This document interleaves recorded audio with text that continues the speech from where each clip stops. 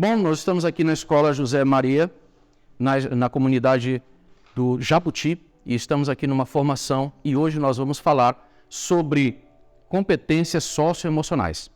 É uma pequena palestra onde nós vamos entender um pouco sobre a necessidade de adquirir competências socioemocionais para o trabalho, para o cotidiano, para uma boa convivência e para ser um profissional de alta performance. Seja bem-vindo a essa palestra. Bom dia a todos.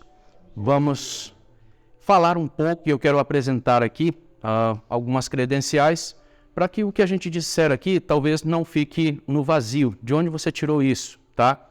Eu sou professor, pedagogo, formado pela Universidade Federal do Pará, tenho especialização em psicopedagogia pela Universidade de Brasília, tenho especialização em educação especial e tenho especialização em psicologia e coaching pela Universidade Metropolitana de São Paulo.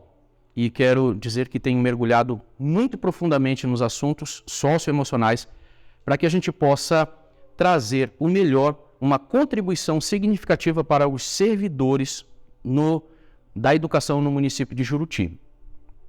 Quero dizer que, na verdade é uma pergunta provocativa, como é que eu vou ensinar habilidades socioemocionais para os meus alunos, que está contida na BNCC, se eu não as conheço, se eu não desenvolver em mim essas competências, tá?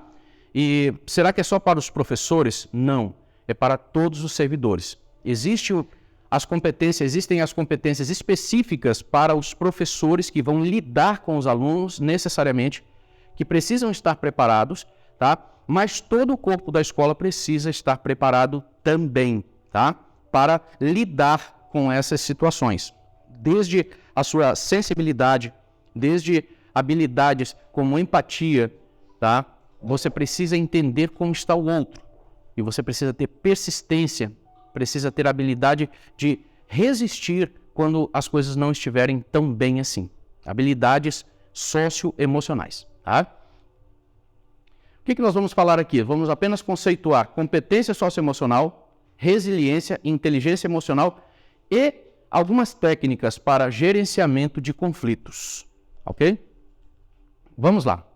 Competência socioemocional é a mesma coisa, é igual à habilidade da mente, soft skills, competências para o século XXI. Tá? Você já ouviu falar sobre essas competências, é a mesma coisa. Competência socioemocional tem tudo a ver com isso aqui, tá bom?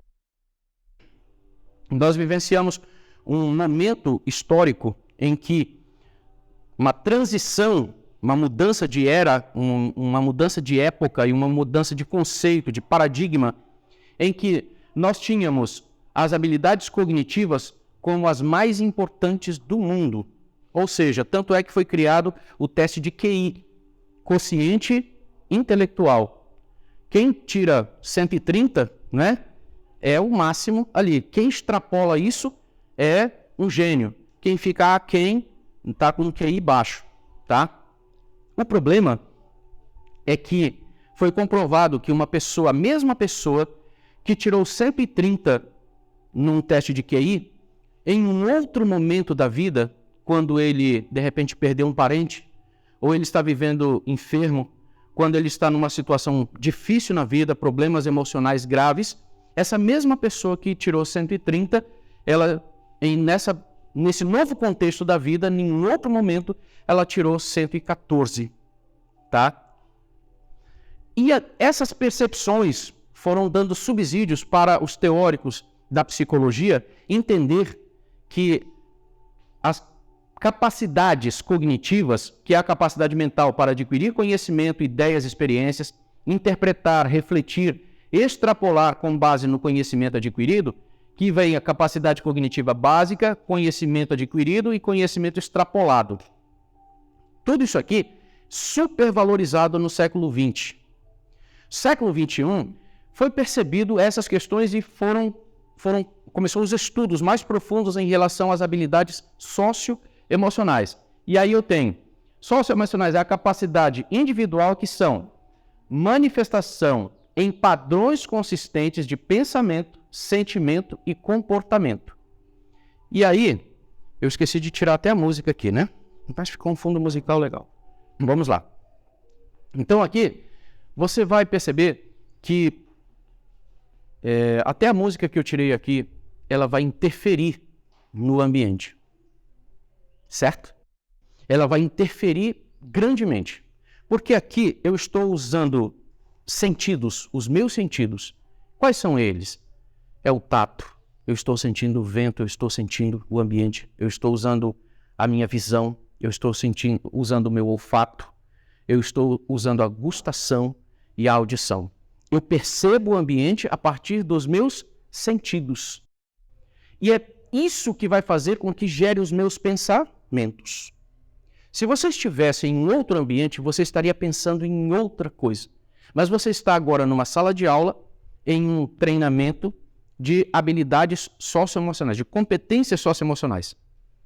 O seu pensamento agora está voltado para algo transformador dentro da sua vida. E isso aqui influencia diretamente o que você faz no seu cotidiano. São os seus padrões consistentes de pensamentos. E aí, eu quero fazer uma dinâmica que vocês já, com certeza, já viram fazer ou já fizeram em alguma atividade. Eu queria que você pensasse agora em uma fruta que tem a aparência, normalmente, a casca esverdeada, chamada limão. Pense agora num limão. Agora pense você pegando uma faca, aquela faca mais amolada que você tem, ou cega mesmo, e corta esse limão. Constrói essa cena na sua mente. Pega o limão, corta o limão. Aí você pega ele, as duas bandas, e aí você faz o seguinte. Espreme uma das bandas na sua boca agora. Imagina agora. Doeu o canto da boca? Sentiu alguma coisa? Agora eu quero fazer uma pergunta que os palestrantes não fazem. Quem não sentiu nada? Sério mesmo. Honestamente, quem não sentiu nada? Os palestrantes não fazem isso. Eles não perguntam quem não sentiu nada. Eles entendem, eles pensam que todas as pessoas têm a mesma sensação. Mas o psicológico do professor, ele está num outro momento.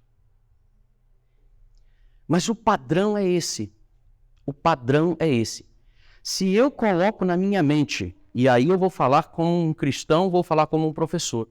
Se pela manhã eu tenho uma rotina, não é uma vez na vida ou outra na morte, tá? De acordar num determinado horário. Eu tenho um horário para acordar. O meu horário de acordar é 6 horas da manhã. O meu horário para acordar. O meu despertador fica ali. Quando o despertador não toca, eu acordo assim mesmo, porque criei um padrão na minha mente. Tá? Quando eu crio esse padrão, o que eu vou fazer no momento que eu acordo? Qual é a primeira coisa que eu vou fazer quando eu acordo? Eu preciso lembrar das minhas necessidades fisiológicas, evidentemente, mas o que eu vou fazer depois disso? Qual é a minha rotina? Eu tomo um banho de água fria ou água morna? Eu faço o que depois disso? Eu leio um livro, eu leio a Bíblia, eu ouço um louvor, eu medito, eu dou uma olhada no meu planejamento para a vida, meu propósito, eu dou uma olhada nisso, eu reforço a minha identidade, o meu propósito com a educação, ou eu faço igual a minha avó fala, eu gosto sempre de falar, né, que minha avó diz que as pessoas, tem gente que levanta igual bicho bruto, né? Levanta, e durante um tempo na minha vida eu fiz isso, eu fiz exatamente assim, levantava, às vezes ficava até altas horas pesquisando, tal, e amanhecia bravo, já levantava, tomava aquele banho, às vezes não dava para tomar café, já saía para a escola. E eu chegava na escola, eu já sabia que eu ia encontrar um aluno péssimo. E aí, meu irmão, a minha manhã era um inferno. A minha tarde era ainda pior. Depois do almoço, pesa a comida no estômago. Eu vou mesmo porque eu tenho que lutar pelo seguro de vida, né? Quem nunca passou por isso? São fases na nossa vida, gente. Só que quando você decide quando você tem uma mentalidade diferenciada, você quer criar padrões de pensamento, de sentimentos e comportamentos, você começa a ver a vida de uma outra forma. Você consegue vivenciar de uma outra maneira. Então, pode ser desenvolvidas mediante experiência de aprendizagem formal ou informal. Essa aprendizagem que nós estamos tendo aqui, ela não é informal, mas também não é extremamente formal. Nós estamos numa conversa, numa reunião. E aqui você está aprendendo algumas questões que talvez você já sabia, mas ainda não colocou em prática. Ou talvez não tinha nem ouvido falar que você tem controle da sua mente. Você decide no que vai pensar, gente.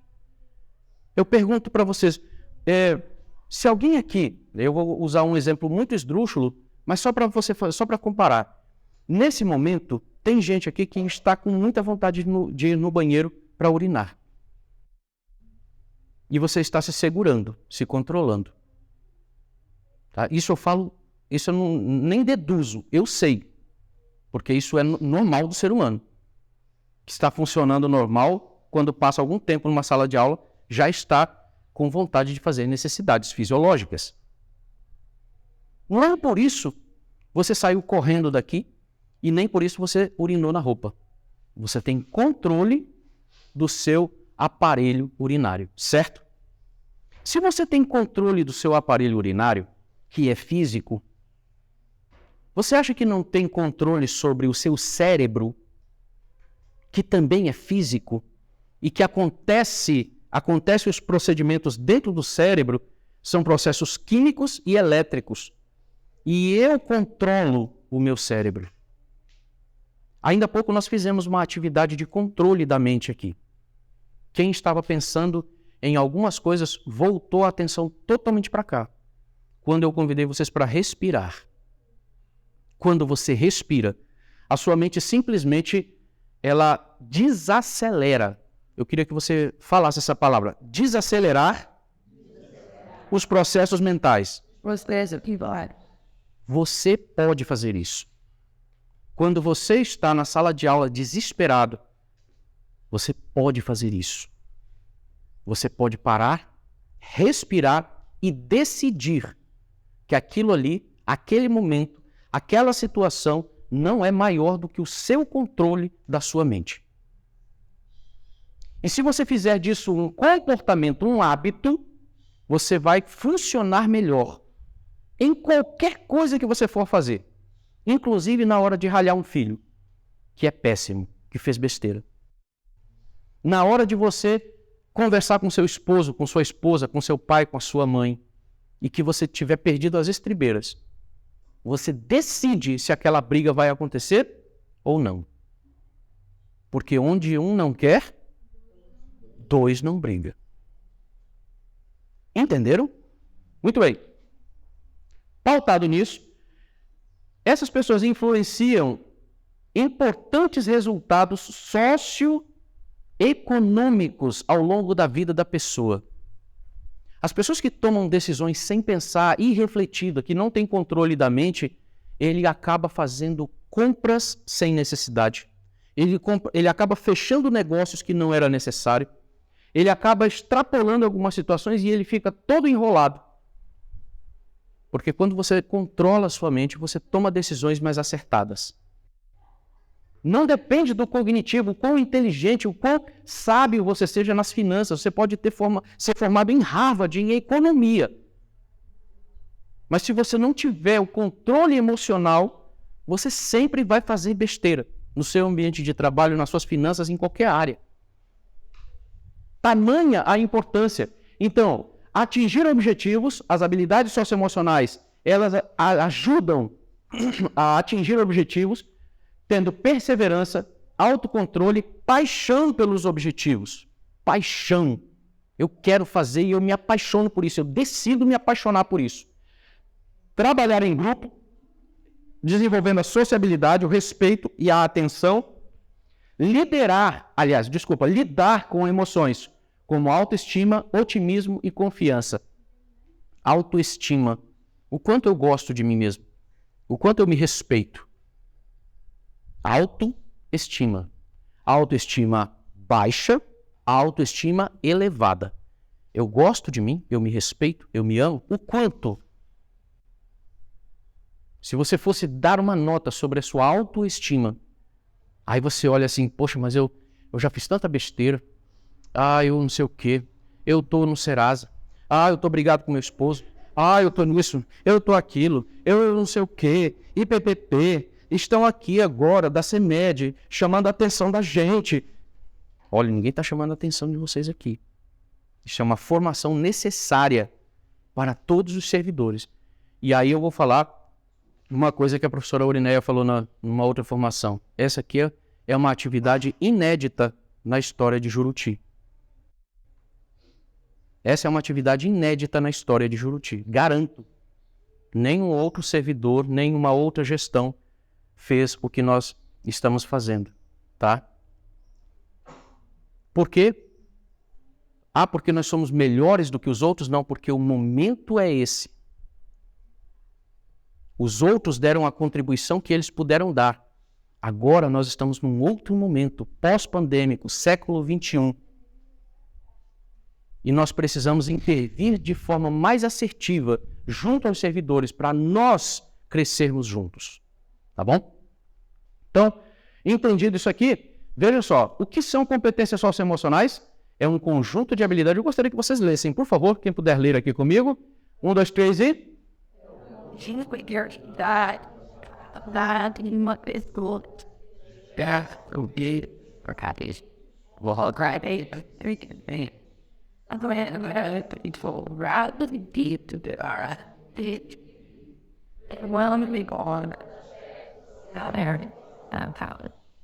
As competências emocionais são isso aqui, tá?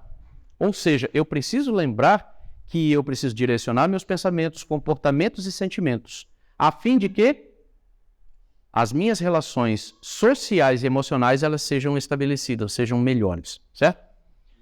E o que são habilidades socioemocionais? Olha só, são palavras sinônimas, são termos sinônimos. Quando você estuda, você vai ver que tem uma diferença muito mínima. As competências são essas e as habilidades. Vamos ler o que são habilidades socioemocionais? Por favor, 1, 2, 3 e...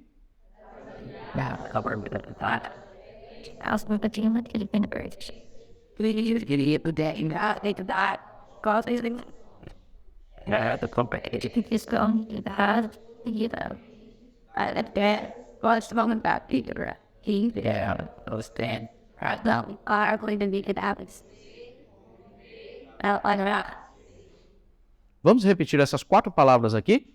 Conhecer, conviver, trabalhar e ser. É para isso que servem as habilidades socioemocionais.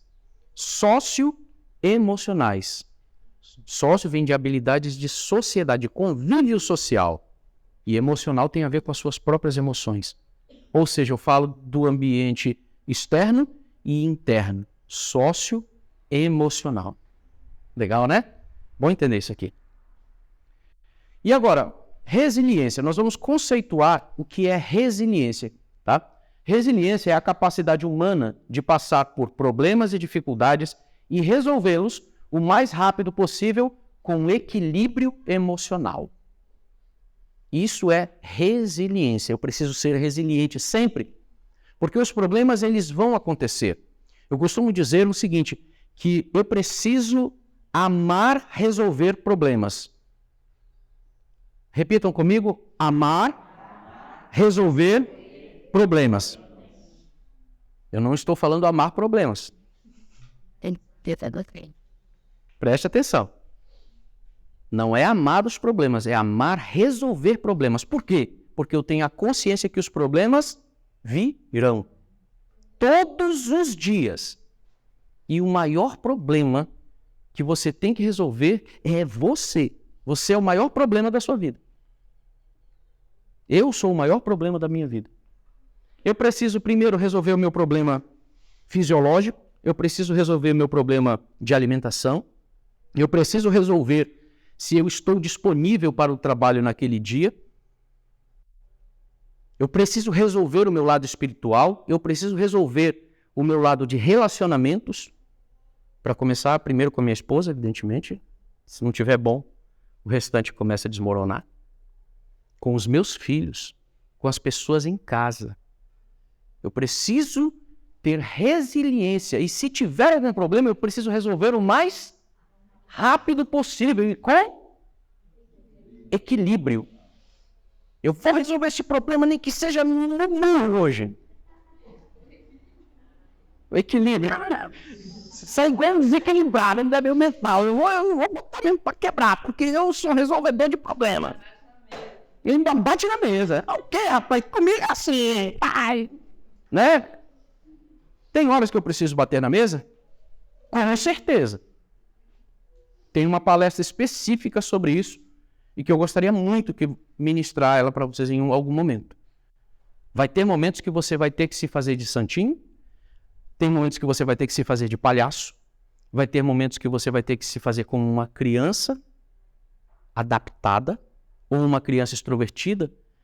Tem horas que você vai ter que ser como um pai amoroso, mas tem hora que você vai ter que virar o bicho para defender a sua família, para se defender.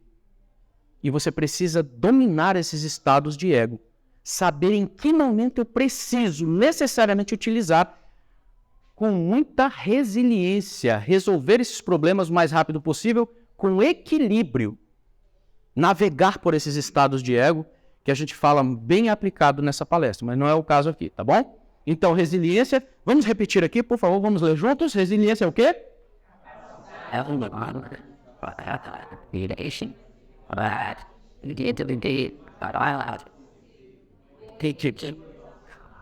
Certo? Entendido o que é resiliência. E agora, inteligência emocional, também nós vamos conceituar aqui.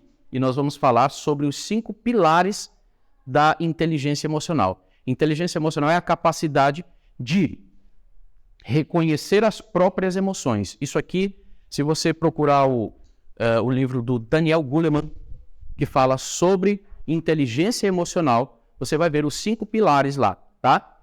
Então, repitam comigo. Que emoção você está sentindo agora? Você saberia dar o nome da emoção que você está sentindo agora? Existem 5 emoções básicas no ser humano que nós todos sentimos. Foi catalogado mais de 1.100 emoções em todo o mundo. Só que foram filtrando, ficou em 300, depois ficou em 70, depois passou para 30, depois baixou para 5. Que são as 5 emoções básicas do ser humano que todas as pessoas da Terra sentem.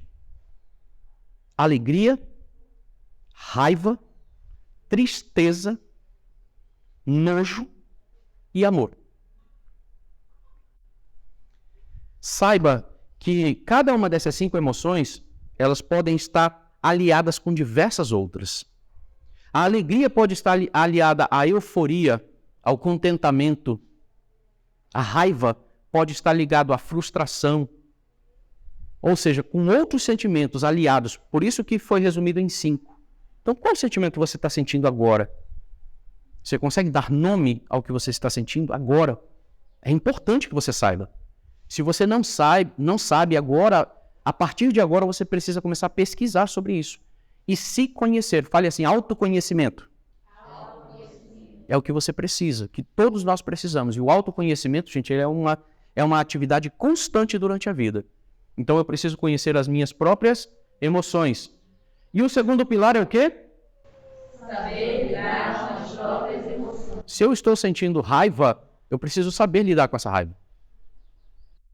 Se eu estou sentindo tristeza, eu preciso saber lidar com essa tristeza. Isso é inteligência emocional. Saber que as emoções, elas são processos químicos que acontecem na mente, provenientes do que eu estou vivenciando. O ambiente faz a pessoa. Me diga com quem tu andas e eu te direi quem tu és. Se você vive num ambiente nocivo, destrutivo, doentio emocionalmente, você vai se tornar naturalmente uma pessoa destrutiva se, e somente se, você não decidir ser diferente. Mas enquanto você se entrega a esse ambiente e não age sobre esse ambiente, mas na minha escola estão inferno, pelo amor de Deus, todo mundo se odeia. Que coisa que eu já chego na escola arrependido de ter nascido na vida, de ter sido feito pedagogia, de ter sido contratado nessa escola, de ter feito concurso, pelo amor de Deus, não aguento mais. Aí você começa a culpar. O problema é o professor Joésio, o problema é a professora Silviane. Sabe qual é o problema? O problema é a prefeita que não olha para essa escola. O problema, sabe qual é? É você. Qual é a sua responsabilidade nisso? O que você está fazendo para ajudar a resolver essa situação? Mas, professor, eu só cuido da limpeza da escola. O que eu posso fazer? Você já conversou com o diretor? Você já conversou com... Já procurou o secretário de educação? Já procurou a diretora de ensino? O diretor do RH? Já procurou o chefe maior? Já orou pela sua equipe? Já deu a sugestão de reunir essa equipe diariamente e fazer uma oração antes de terminar? Antes de começar a programação? Ou orar no final? Você já chamou o pessoal para falar? Você já chamou um pastor, um padre para fazer uma oração nessa escola? Já chamou psicólogo? Já chamou assistente social? Já chamou? Já fez alguma coisa? Eu tenho que agir, gente. Não é só reclamar do ambiente. Precisa, mas dá muito trabalho. Então tá bom, dá muito trabalho, fica assim mesmo. Cada um tem a vida que merece. Vamos lá. Saber lidar com as próprias emoções. E a próxima habilidade é o quê? Reconhecer a emoção. Quando eu reconheço as minhas emoções, eu começo a entender de gente. E eu começo a entender primeiro de mim. Eu. Ama o teu próximo como a ti mesmo. Primeiro eu preciso entender como eu estou, quem eu sou, o que eu sinto, qual é o meu padrão de pensamento. E aí eu sei lidar com isso, eu aprendo a lidar. Quando eu aprendo a lidar, eu preciso reconhecer essas emoções no outro. Quando eu olho para a colega, eu estou vendo que ela está extremamente atenta, porque ela está precisando aplicar alguma coisa na vida dela. E ela está, de fato, pensando em como ela vai resolver isso. Professor, como é que você sabe disso? Treino, tá, gente? Treino. Quando a gente estuda PNL, psicologia positiva, a gente começa a entender o que os olhos da pessoa estão dizendo. Você pensa que a professora Orineia está escrevendo ali, ela não está extremamente atenta no que está fazendo aqui? Ela está. Tem gente que está reflexivo aqui e nesse momento está perto de chorar por alguma situação na vida. Tá? A gente só identifica aquilo que pode ser identificado. A gente só pode falar aquilo que se pode ser falado. Professor, Pois não. Essa situação eu senti logo no início. Eu falar sobre as palestras, sobre as falas, sobre esse mundo musical. Muita coisa veio na minha mente. Né? Porque depois de gravação, estou agora. Estou fazendo esse trabalho com a escola, como o senhor acabou de colocar, é inédito no município. Então, haja vista, a gente vai percebendo o quanto que nós seres humanos, nós educadores, quem trabalha com esse público, precisa muito também preparar o nosso psicológico. Sim. Né? Então, na verdade, eu estou fazendo uma viagem aqui, o senhor está falando, mas eu estou fazendo uma viagem de como realmente nós seres humanos, nós somos. Somos muitas das vezes prepotentes, egoístas, né? E não entendemos, não procuramos entender a pessoa, não procuramos estudar a pessoa que está sentindo, o que ela está precisando. Então, diz o final lá Ou seja, o que nós precisamos agora? É refletir primeiro sobre mim. Depois eu olho para o outro, gente. A Bíblia diz o seguinte: como é que você quer tirar o cisco do olho de uma pessoa se tem uma trave no seu? Isso foi Jesus quem disse, tá? Próximo, qual é, gente? Saber lidar. Olha, colega, nem sempre vai chegar feliz da vida da escola. Por quê? Tem esposa? Tem filhos? Vai ter dias que ele vai chegar na escola com um brilho diferente no olho. Tá? Tem só adulto aqui, né? A noite foi boa.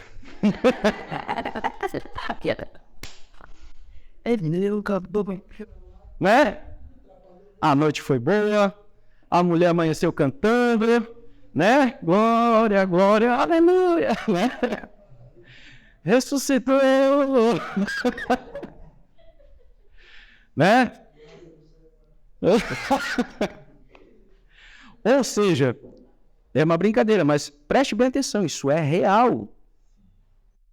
Mas vai ter noite que não vai ser tão boa assim.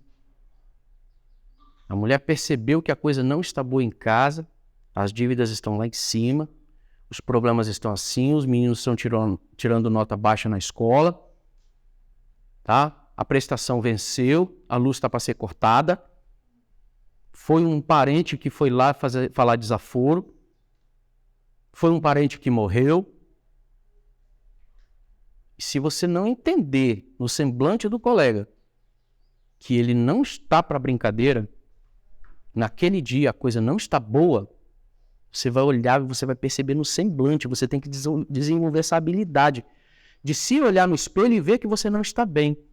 Assim mesmo, quando chega na escola, você olha para a cara dos colegas e presta atenção nisso. O colega não está bem. E quando essa pessoa não está bem, o que eu faço com isso? O que eu faço quando eu percebo que a pessoa não está bem? Eu deixo para lá, eu provoco essa pessoa, ou eu procuro uma forma, uma estratégia de tentar conversar com essa pessoa? De entender o que está acontecendo. E se de repente ele te der uma palavra dura,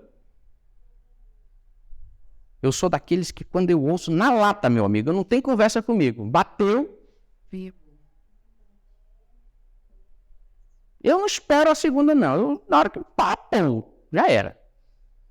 Eu sou assim, eu nasci assim, vou sempre ser Gabriela. E aí você não sabe o que está acontecendo nos bastidores. Eu não tenho nada a ver com a vida dele, meu irmão. Que se arrebente para lá, minha vida é minha e eu vou me defender mesmo, e pai, porque eu sou assim e tal. Ninguém vai me xoxar. Não é meu parente. Ninguém vai me xoxar. Dá balança assim, né? Empatia zero. Empatia zero. Enquanto você não entender isso, o seu ambiente, qualquer ambiente que você esteja, vai ser um fiasco.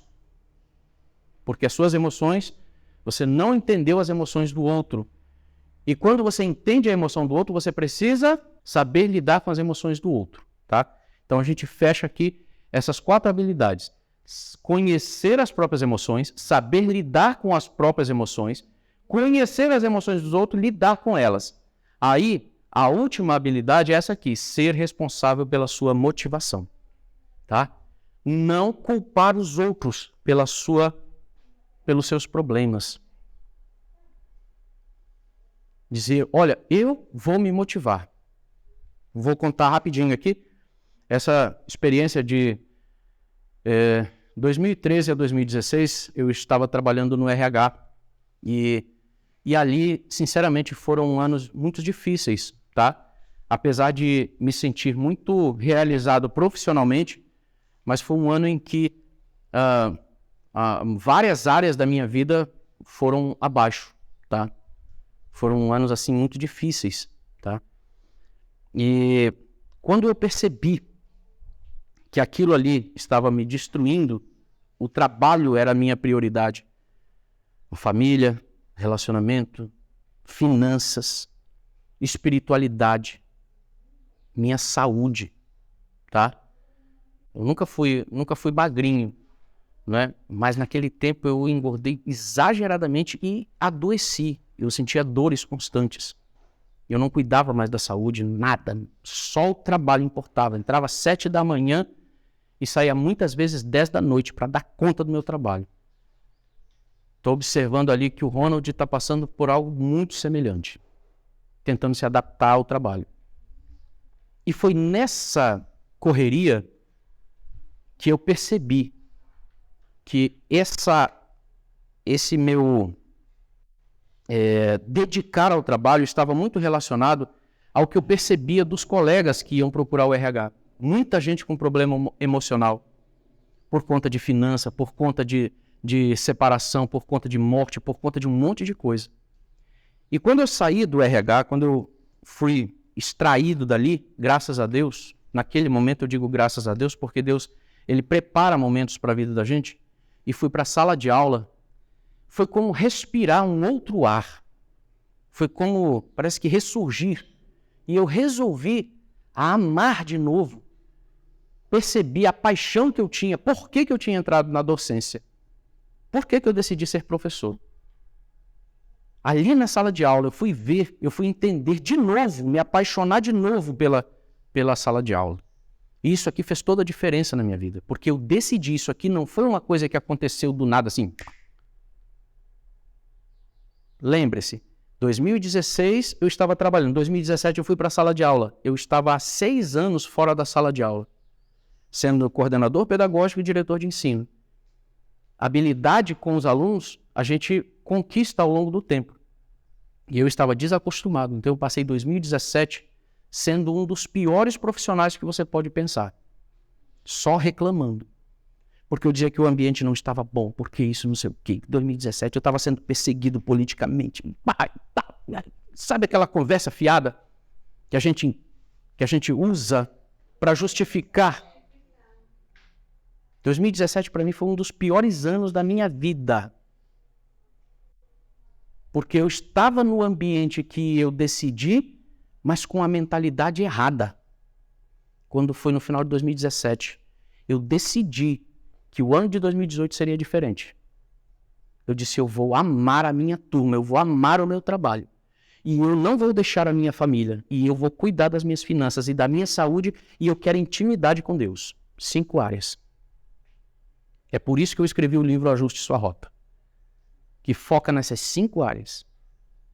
Quando eu descobri que eu podia decidir a amar a minha profissão de novo, eu firmei um compromisso com os meus alunos. Preste atenção. Está ali o livro ali, a mulher até trouxe. Eu digo isso porque essa aqui é a minha contribuição social, gente. Foi experiência de vida. E eu precisava registrar isso. Tem muitas pessoas que vão precisar ver a minha história para tentar se motivar como professores, como servidores, em qualquer área da vida. Entender a sua própria situação.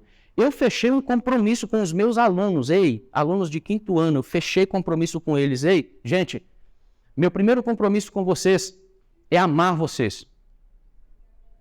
Todos ficaram se olhando, né? Ninguém entendeu nada. Eu entendi. E vocês vão gostar tanto de mim que vocês não vão ter... Nunca um professor passou na sua vida como eu. E nem um professor vai deixar marcas tão profundas como eu na vida de vocês. Eles não entenderam nada. Mas naquele momento, a partir daquele momento, a gente fazia todos os dias um momento de gratidão. Eu colocava eles em forma na sala de aula. Aqui, ó, igual no quartel. Colocava eles em forma, aqui dentro da sala de aula. E fazia um momento de gratidão. Oração, agradecendo por tudo, inclusive pelas coisas ruins. Agradecer por tudo. Eles acostumaram, no 3º mês, eles já estavam tão habituados que quando eu esquecia, eles entravam na sala de aula e se colocavam na posição. Professor, é o momento da gratidão. E foi o ano todo assim, todos os dias. Ali, aquele professor que já estava desestimulado, começou a enxergar um novo rumo na profissão. E ali nós desenvolvemos um programa, um projeto de educação financeira, que foi observado, nós inscrevemos o diretor da escola, o professor Adson, que era oposição, que a gente achava que poderia ser um perseguidor, ele se tornou um aliado ferrenho, me defendendo e ajudando, propondo alternativas. Gente, não tem esse negócio de oposição, pare com isso. Hoje a gente falava sobre isso com o professor Wilderness. Gente, se a oposição fosse responsável e não fosse perseguidora, a oposição é uma bênção numa administração. Porque ele mostra o que precisa ser melhorado. Mas quando não é perseguidora, tá, gente? Então, presta atenção. Aquele ano foi um ano de transformação na minha vida. Eu me apaixonei de novo, inscrevi o projeto, foi feita uma menção honrosa, medalha prata, né? Não foi ouro, mas foi prata. Para quem não estava fazendo mais nada pela educação, já estava no automático, para mim aquilo foi o máximo. Foi pago minhas passagens de ida e volta, foi recebido tão bem ali em Belém, no evento do Sebrae. Voltei com material para a escola, implantamos um projeto, conseguimos R$10 mil de um projeto de educação financeira para a escola que eu estava. A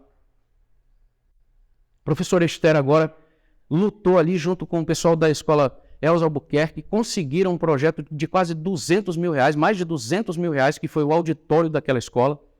Isso significa que quando a gente quer, a gente olha para a necessidade e age em cima daquilo, gente. Não estou aqui dizendo uma coisa para vocês fazerem uma coisa que eu não fiz, que eu não vivenciei. É possível se apaixonar, fazer essa escola ser a melhor escola de Juruti. É possível. Quando você quer. Quando o corpo da escola entende que é possível.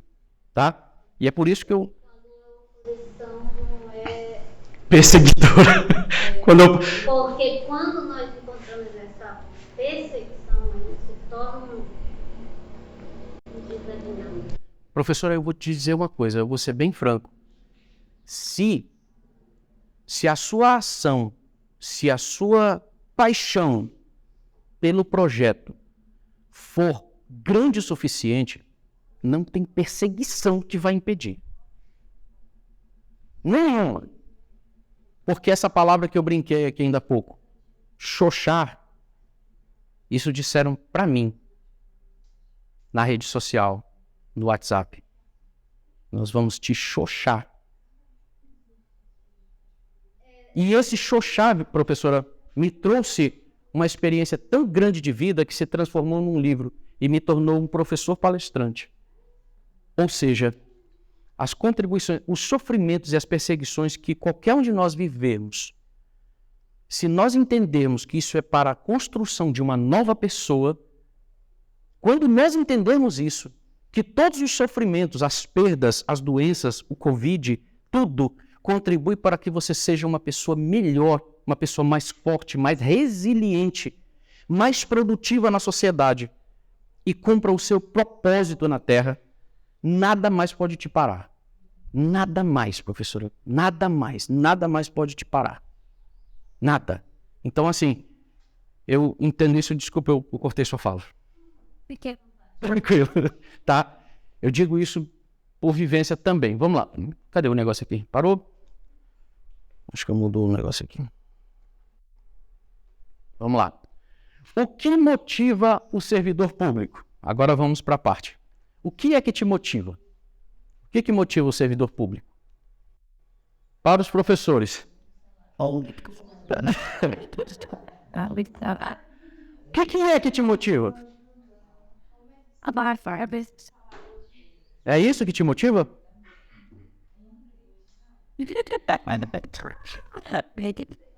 Não dá. Pelo menos não deveria. O que motiva ou deveria motivar qualquer pessoa é o seu propósito. Quando essa pessoa entende qual é.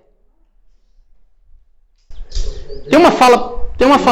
Porque nessa colocação, você vai dizer assim, pô, mas eu estudei tanto para vir aqui para essa escola para ganhar isso aqui. Não, eu acho que eu devo me valorizar. Então há um choque, né?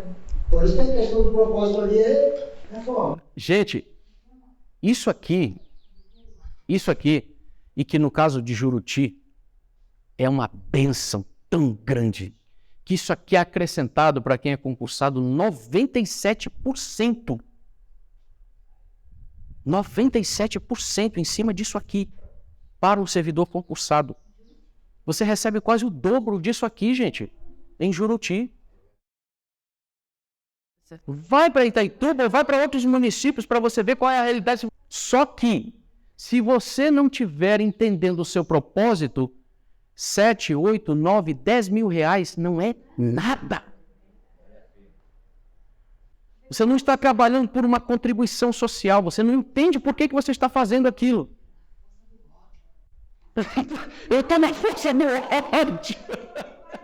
Essa é boa. Estou na força do ódio. Gente, se você for na força do ódio, você está ferrado. Se você não entender o seu propósito enquanto educador, se você estiver limpando essa sala aqui, se você estiver limpando essa sala, limpando aquela área ali, e não entender por que você está fazendo isso, você vai na força do ódio. Agora, quando eu venho para cá, que eu vejo assim, termino isso aqui, está todo desse jeito, e eu entendo, gente, essa reunião hoje foi fantástica.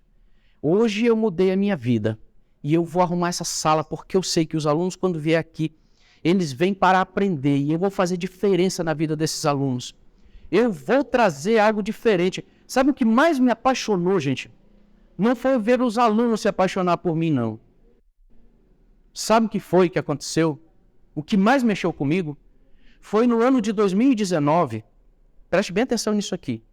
No ano de 2019, quando foi feito as matrículas para 2018, foi o ano que eu me empenhei, eu me doei de uma forma como eu nunca tinha me doado na sala de aula. Quando foi 2019, os pais literalmente estavam brigando na fila para que seus filhos estudassem na minha turma de 5º ano. Literalmente, brigando. Eu quero que meu filho estude na sala onde o professor Edson está lecionando. Sabe quem pode falar isso? A oposição. Eles tiveram o maior trabalho para conter essa situação. Quem estava dirigindo a escola. Vamos ter isso na cabeça, gente.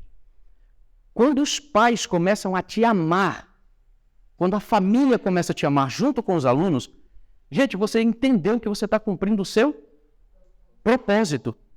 Mas quando você não faz diferença na escola, tem uma servidora lá na CEMED, a Naide. Gente, uma figura apaixonante. Uma pessoa que ela faz as atividades, a limpeza, sorrindo, alegre. Oi, gente, tudo bem? Bom dia, tal. Sabe? E naquele sorriso todo a gente não sabia que o filho dela estava com suspeita de câncer. E no final do ano, nós fizemos uma homenagem específica para ela. Porque a Naide foi a melhor servidora, a melhor funcionária do ano. Chega cedo, faz as atividades sorrindo, coloca hino lá no corredor da CEMED, é aquela alegria, ela faz com, sabe, quando vê que está faltando, ei, você precisa disso? Faz um mingau e leva para o pessoal e faz alguma coisa. Esse é o diferencial, gente. É entender o propósito. Mark Twain fala o seguinte, olha, eu gostaria que vocês lessem isso aqui comigo. 1, 2, 3 e...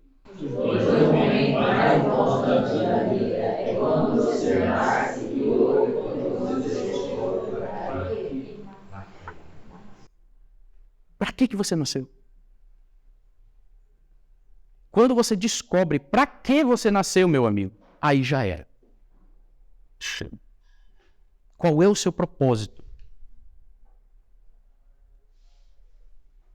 O seu maior propósito, servir.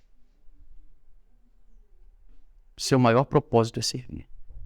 Quando você entende que você está nessa escola para servir e não ser servido, você entendeu o seu propósito. Servo de excelência. Aquela pessoa que chega na escola, ela entende, eu cheguei aqui para servir. E eu vejo alguma coisa difícil, eu vou lá, ajudo, eu intervenho, eu falo, eu ajudo, sabe? É aquela pessoa ativa, com amor, com equilíbrio emocional. Uma brincadeira que diz assim, quem não serve para servir, não serve para ser nação. A minha mãe diz assim, quem não nasce para servir, não serve para viver. Você já nasceu sendo servido, gente. Você utilizou a barriga da sua mãe para vir ao mundo. Você utilizou o peito da sua mãe. Você utilizou a paciência da sua mãe e do seu pai. Você foi servido pelas pessoas à sua volta. Você foi servido pelos professores, pelas pessoas. Eu não seria um homem casado com 25 anos se não tivesse a outra pessoa do outro lado me servindo e eu servindo ela. E o maior propósito da vida, gente, é servir. E quando eu entendo isso, eu faço isso com amor, aí, meu amigo, já era. A vida é diferente. Olha aqui, ó. Quais são os nossos maiores desafios da educação, gente? Por que a gente fala tudo isso? E precisamos entender e a gente vai fechar isso aqui rapidinho. Quais são os nossos maiores desafios? Conforme o levantamento do SEMPEC, dificuldade de aprendizagem, problemas emocionais, readaptação, desmotivação, pouca habilidade dos alunos com a leitura. Quem está envolvido no processo de ensino-aprendizagem? Os estudantes, os docentes, o apoio pedagógico, que são o pessoal que trabalha com educação especial, o apoio administrativo, que são os APPM e todo o pessoal de apoio da escola, a gestão escolar, o coordenador, coordenação pedagógica, as famílias, pais e responsáveis e CEMED. Isso aqui, né, a nível municipal, tá? Estão aqui envolvidos nesse processo. E de acordo com o programa Brasil na Escola, eu estava lendo com muita atenção e assistindo ao material, muito bom. Nós vamos encontrar abandono e evasão escolar. Nós precisamos ver aqui garantir a permanência dos estudantes, tá? Recuperação das aprendizagens e a saúde socioemocional. É o que nós estamos trabalhando aqui, nesse momento, tá? Então, aqui, ó, estratégias para a permanência dos alunos, que é o Sistema de Alerta Preventivo SAP, estratégia de aprendizagem e acompanhamento personalizado da aprendizagem, APA, e estratégia de desenvolvimento de competências socioemocionais, tá? Isso aqui é só para a gente ter um panorama do que a gente vai enfrentar, o que a gente precisa, como a gente precisa se preparar para enfrentar tudo isso, tá bom? Olha aqui, ó. Avaliando o nível de violência e engajamento dos alunos. Olha só. Nesta escola há projetos com as seguintes temáticas: violência, bullying, uso de drogas, machismo. Veja só, não há nessa escola que foi avaliada aqui, tá? Não é essa aqui. A escola que foi avaliada. Não tem programa que fala sobre violência, sobre bullying, sobre uso de droga, machismo. Eu não sei se essa escola aqui é a única escola do mundo que não enfrenta esses problemas. Né? Olha lá, eu passei outra, né? Ó, tá aqui também. Envolvendo seus alunos nessa escola. Professores discordam que os alunos são respeitosos e os colegas da turma, 36%. Discordam que os alunos se interessam pela disciplina que lecionam, 25%. Concordam que os estudantes apresentam problemas de aprendizagem, 88%.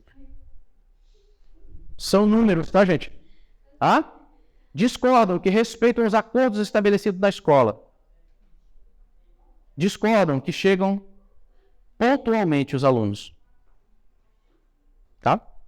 São os problemas. Questão vida emocional dos estudantes. Olha, percepção sobre efeito de suspensão das aulas presenciais para os estudantes. Ansiedade e depressão. Aumentou 54%, não mudou 10%, diminuiu 1%, não sabem informar. Os tipos de conteúdos mais importantes a serem oferecidos no período: sem aulas presenciais, atividades para trabalhar as emoções, que é estresse e ansiedade, 54%, estratégia para ajudar a organizar o tempo e os estudos, 49%, disciplinas no currículo deste ano, 32%, testes, desafios e jogos educativos, 18%, conteúdos culturais, 12%.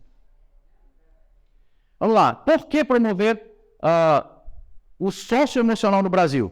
Está na base comum curricular, tem impactos do coronavírus e o isolamento social, os efeitos multiplicadores, tá? Competência socioemocional beneficia o aluno no desempenho escolar, evasão escolar, relacionamento com pessoas, procura de emprego e etc.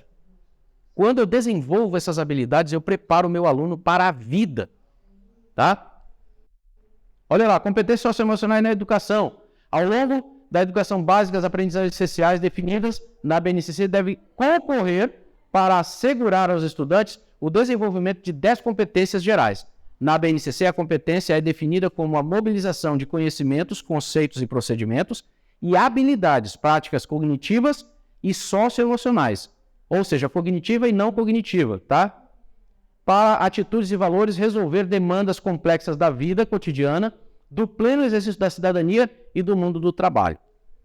E aí, as competências socioemocionais da educação: autogestão, autoconsciência, consciência social, tomada de decisão responsável, habilidade de relacionamentos. Tudo isso, se vocês estão acompanhando, vocês já viram isso aqui em algum lugar. Eu só trouxe para a gente relembrar aqui, tá? Olha lá, competência socioemocional na educação: saúde mental, mitigação da violência e estratégia de aprendizagem. Isso aqui é uma das coisas que a gente precisa focar muito. Saúde mental, mitigação da violência, estratégias de aprendizagem. Enquanto eu estava ouvindo o pessoal do Santo Hilário, eu pude ver isso aqui, tá, gente? Enquanto eles estavam falando, eu estava lembrando desse slide aqui. Que tipo de violência os alunos estão sofrendo? Ou eles estão infligindo neles mesmos, por conta de não ter habilidades socioemocionais. A partir de hoje, vocês vão ter mais empatia. E aí eu quero fechar esse compromisso com vocês. E eu quero que vocês repitam. A partir de hoje, eu vou desenvolver e aplicar empatia nos meus relacionamentos com os meus colegas, meus alunos, meus familiares e em todas as relações sociais que eu estabelecer. Amém. Assim prometo. Tá? Olha lá, estratégias para a recuperação de aprendizagem: acompanhamento personalizado, sistema de alerta e estratégia socioemocional. Competências socioemocionais para serem trabalhadas: autoconhecimento, autogestão, consciência social, habilidade de relacionamento, tomada de decisão responsável. Quais são as competências socioemocionais essenciais que precisamos? Lidar consigo mesmo, que é autopercepção, autoestima e resiliência. Lidar com os outros, comunicação, relacionamento. Lidar com desafios. Lidar com os desafios. Criar estratégias e escolhas socialmente responsáveis. Isso aqui, gente, ó, todos nós. Tá? E aqui, especificamente para as macrocompetências socioemocionais, de acordo com o Instituto Ayrton Senna, tá? Um grande estudo foi feito e foi descoberto essas 4 grandes macrocompetências aqui, ó: autorregulação das emoções, conexão com o outro, gestão de aprendizagem, inventividade. E aqui eu quero pedir que você entre no site do Instituto Ayrton Senna e faça esses treinamentos aqui. O que eu concluí, que eu terminei ontem, foi esse aqui, tá? Autorregulação das emoções. São só 2 horas, gente. Mas é o aprendizado de uma vida. Uma vez eu emprestei um livro para o meu cunhado, um livro pequenininho assim, sabe? Daqueles pequenos do Augusto Cury, que fala sobre família. Eu ia saindo pela manhã e alguma coisa tocou no meu coração. Deus tocou no meu coração. Vá lá, leva esse livro pro seu cunhado. Eu entreguei o livro pela manhã, quando eu fui para a escola. Quando foi à tarde que eu cheguei em casa, quem estava em casa? Meu cunhado, na minha casa. Ele estava me esperando para entregar o livro.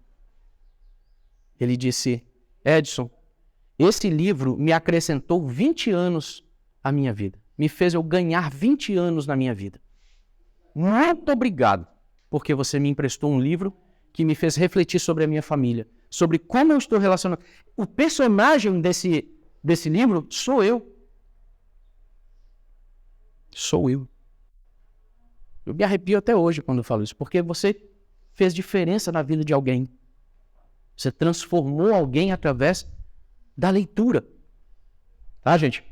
E aqui eu preciso desenvolver essas habilidades. E eu peço a você, entra lá, faça esses cursos, tá bom? No total são 8 horas, né? 2, 4, 6, 8.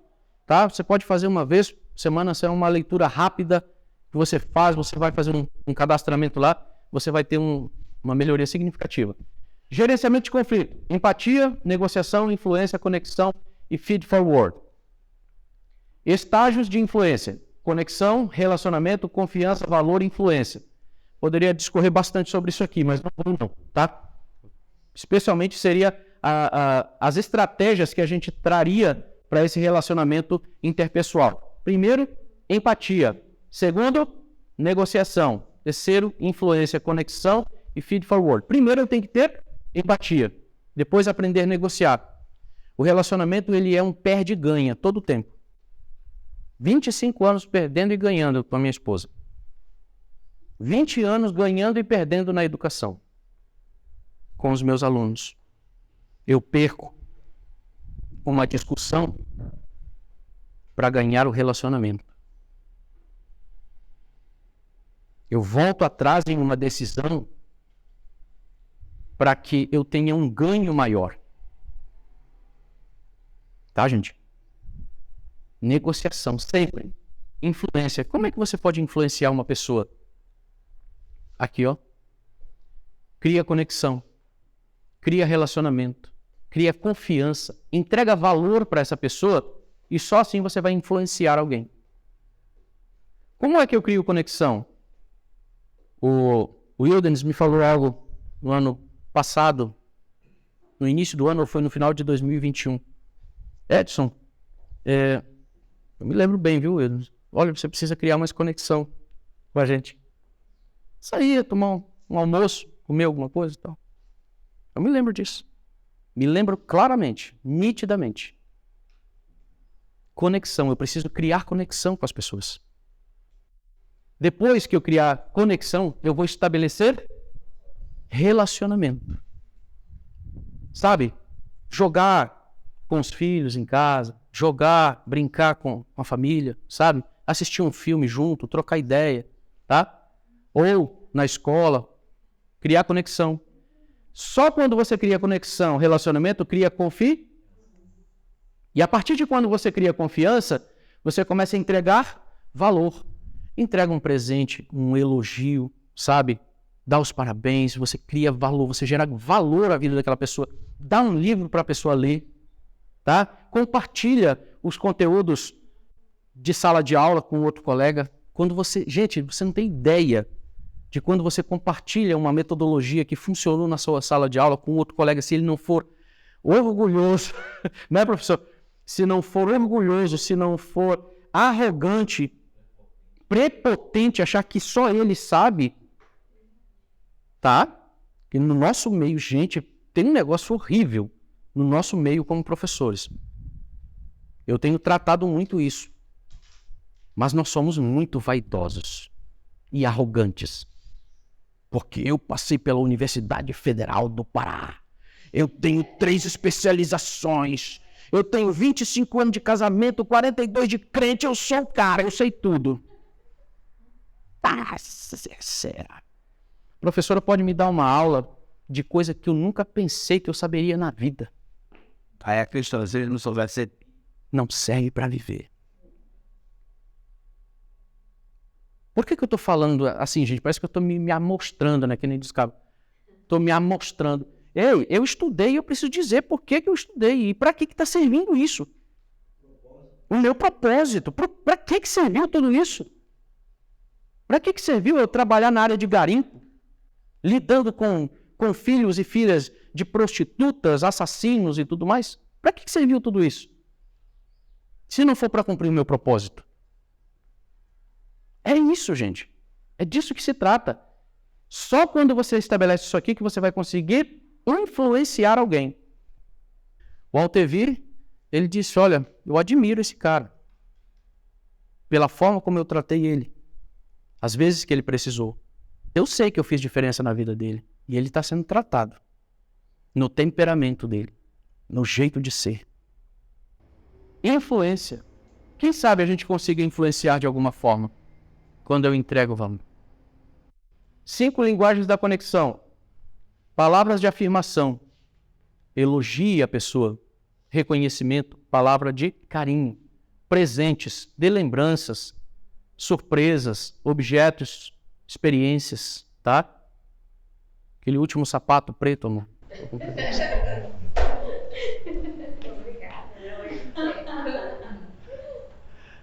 Toque físico. Abraçar, beijar, fazer carinho.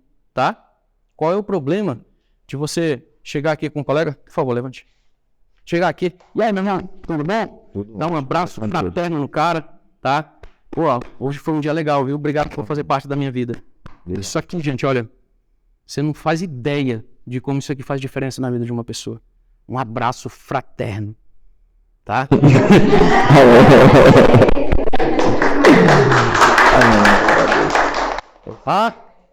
Isso aqui, ó, pegar com firmeza na mão da pessoa, tá? O que nós precisamos perceber? Existe 2 tipos de comunicação, tá, gente? A comunicação violenta e a comunicação apaziguadora. Preste atenção quando você está tendo uma comunicação violenta. Preste atenção nisso. Olha, professora, vai valer a pena, sim. Vai valer a pena. A mente das pessoas, uma cultura ou um momento que se estabelece na escola, ele não é fácil de mudar. Não é fácil. Os traumas que vocês têm vivido, sabe? As diferenças que tem. Se você olhar para a sua casa, de repente vai ter coisas com seu esposo, com seu filho, com seu pai, com alguma pessoa da família que você ainda não conseguiu superar. E na escola não é diferente. Vão ter coisas que eu disse para alguém que nunca vai sair da memória. E isso em algum momento vai explodir, vai estourar.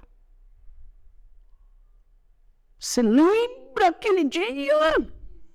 Ela fica refletida, tudo que você faz. Isso. Só um instantinho. Só um instantinho. Certo.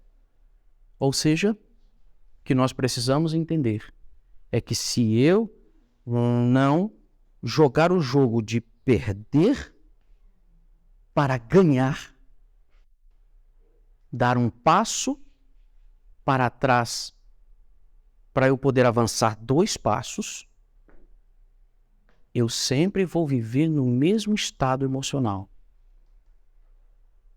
E aí, eu vou dizer, o problema está só em volta? O problema são os servidores mesmo?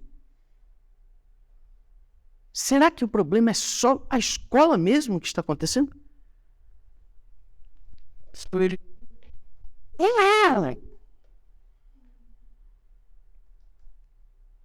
Às vezes a comunicação violenta começa comigo mesmo.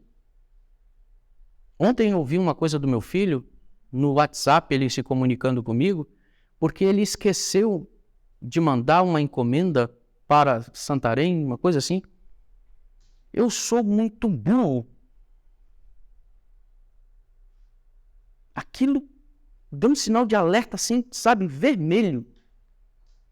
Porque quando a comunicação violenta acontece aqui dentro, como é que está fora? Então preste atenção, gente. Vamos atentar para isso. O que está acontecendo em volta está me influenciando de que forma? Vamos ter atenção para isso aqui, gente. Palavras de afirmação, presentes, toque físico, atos e serviços, tempo de qualidade com as pessoas, perdão. Perdão. Falem a palavra perdão. Mais uma vez, perdão. Gente, porque quando eu peço desculpa, eu estou pedindo para a pessoa tirar a culpa de mim. Me desculpa, tira a culpa. Não, eu sou culpado, então me perdoa, porque eu falhei e eu quero que você me perdoe. Não me tira a culpa, porque eu sou culpado, mas me perdoa. Me perdoa.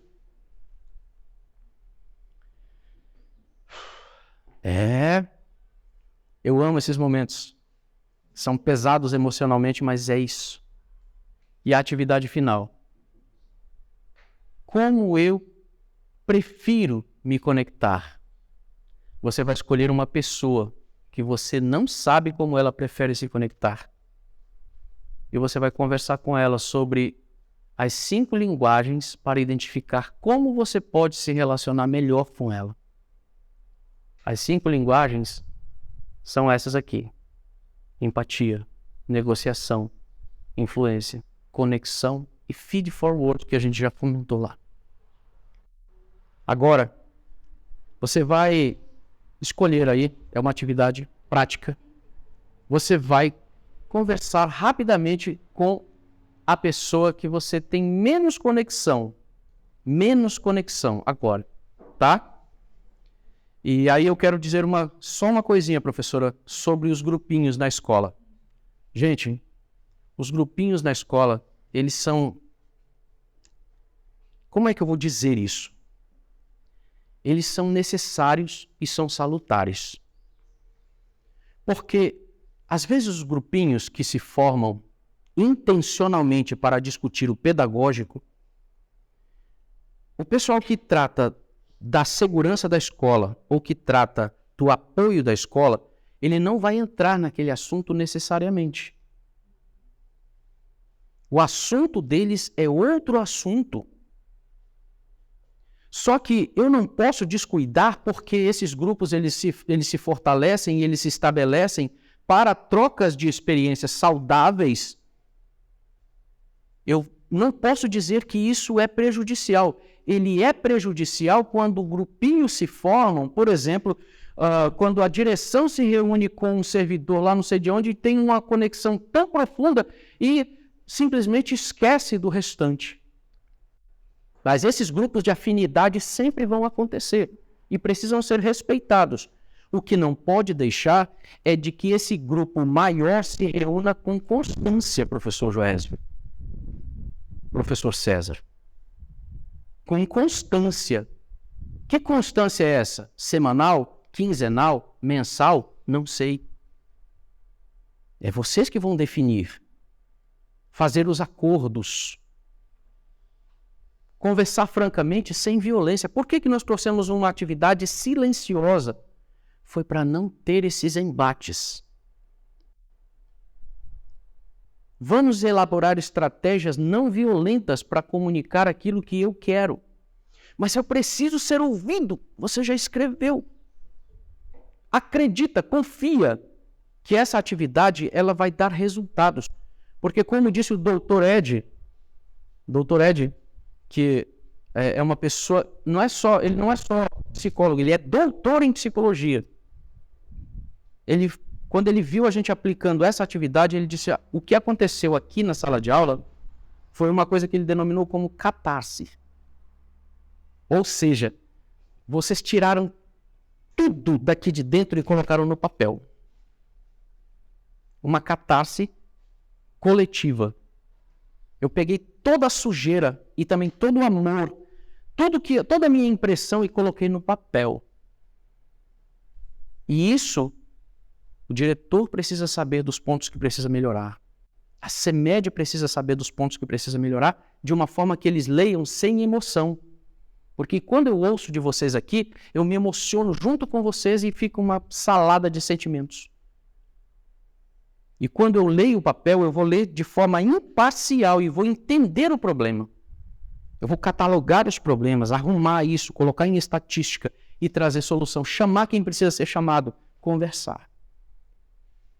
Então agora eu quero pedir encarecidamente assim, vamos ficar em pé, já para encerrar. E você vai escolher uma pessoa que você tem menos afinidade, que você não tem afinidade nenhuma praticamente. Afinidade de conversa, não é do grupinho, tal. Você vai chamar essa pessoa, tá bom? E vai dizer assim, olha, como você prefere se conectar?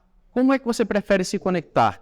Como é que você gosta de ser chamado? Como é que você gosta de ser tratado? Não é? Você vai perguntar isso. Você vai começar esse exercício agora, tá? Você vai começar esse exercício agora. Isso aqui não é um único exercício, isso aqui é constante. Isso aqui é para roda de conversa, para você chamar a pessoa, começar a bater aquele papo e de repente surgir. Mas espera aí, mano, o que você gosta mesmo de fazer no final de semana? Qual jogo que você gosta? Qual programa de televisão que você gosta? O que você não gosta? Tá? Vamos fazer esse exercício, parece um pouco incômodo, mas é importante começar, tá? E aí converse com ela sobre as 5 linguagens para identificar como você pode se relacionar melhor com ela. E aí, esse negócio está de mal comigo aqui.